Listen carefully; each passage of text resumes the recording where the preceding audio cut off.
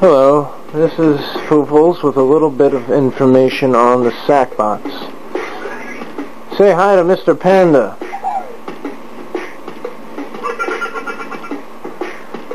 This is a Sackbot controlled by a direct control seat, and he has a few special moves. For example, he can slap, and he could do this sort of roaring attack. And when he jumps, he kind of does a backflip.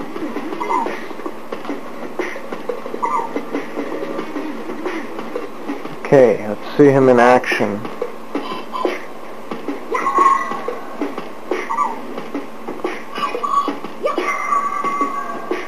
And he also has that, like, roaring attack. And it's vicious. And, well, let's make some more things to kill. To viciously maul as a cute panda.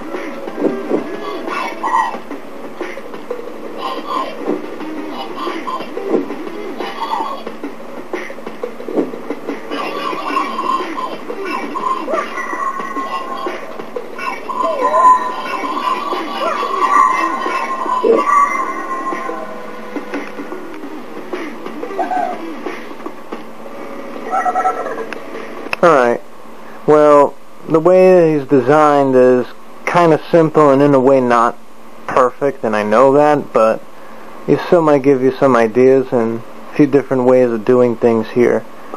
For example, immediately when you take hold of this controlinator, it sends a message out to this camera, and this camera is what will follow the Sackbot.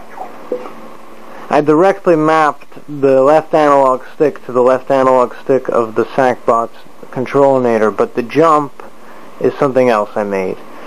And it's kind of a hack, and I'll tell you why it's ineffective.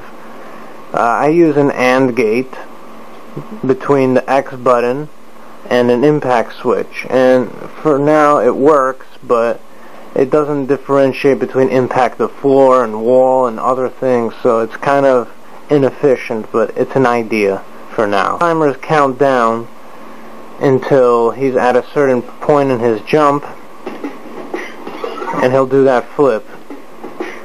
The output of the X button and the impact sensor are hooked to an AND gate. The AND gate fires off our little sound that plays when he jumps, and it hits the reset input of a timer.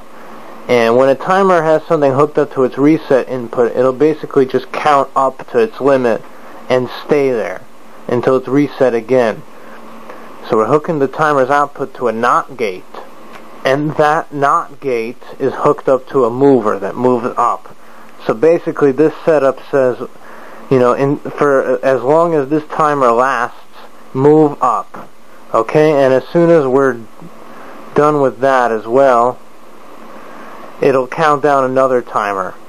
And basically we're just wasting time to fire off the timer here that actually rotates the object with the same principle until as long as this timer isn't maxed out, spin. Now you could do that with a sequencer, and that's how I do all his attacks in that little victory animation. So for example, when we press square, that immediately fires off this sequence called light attack. And basically it takes a behavior chip, which is an animation of him slapping, and it fires the sound in sequence and a battery. And basically what's going on here is I have a directional splitter hooked up to the left analog stick that the player sits in, and what's going on is this is how I know if the player's facing left or right. And it's kind of cheated right now, it's not that efficient, but I assume if we're not facing left, then we're facing right. So it's basically left and not left. And what happens is when I do that attack animation, this battery feeds part of an AND switch, actually two AND switches. And depending on if we're left or not left, this is a NOT gate, it'll fire one of two emitters. And what these emitters emit is this: a block of invisible hologram with a tag on it. And that's basically what the enemies see. They have a tag sensor for this color, and when they see it, they die, because they're not that tough. And Triangle is hooked up to the heavy attack when he like slams both arms down. And for that one, I just emit on either side of him a block of a different tag, so the enemies can tell the difference between the heavy attack and the light attack. So I just have the emitter right in the sequencer.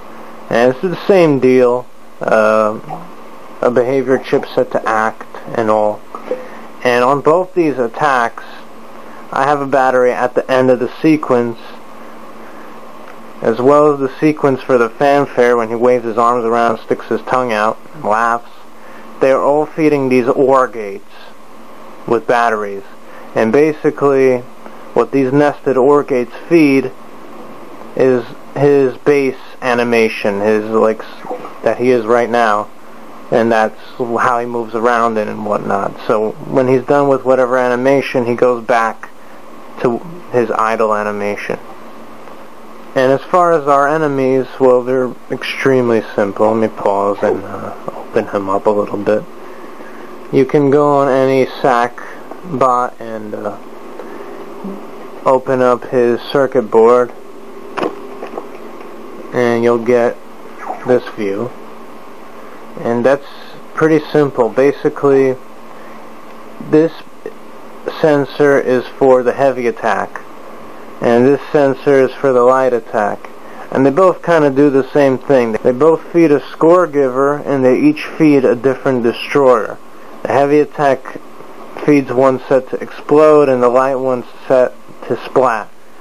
And there's also a tag sensor switch which can sense our Panda. The Panda has a white tag on him, and all they do is scream because they're so terrified of his presence. They're powerless to stop him.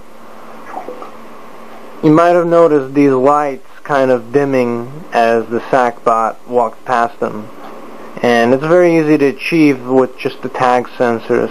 So you can use those tag sensors to fill in for the player sensor switch, since you're not using an actual player character.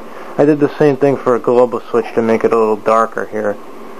And of course you've seen that you can emit Sackbots. Like any other object, you can emit them and save them to your Poppet. So I hope you enjoyed this video and found it informative and educational in some way, shape, or form. I mean, you never know. You might have. So I want to see what you can create. You know, what vicious monsters you can create. What ways you can destroy the world around you. This is Foolful signing off. See you in LittleBigPlanet 2.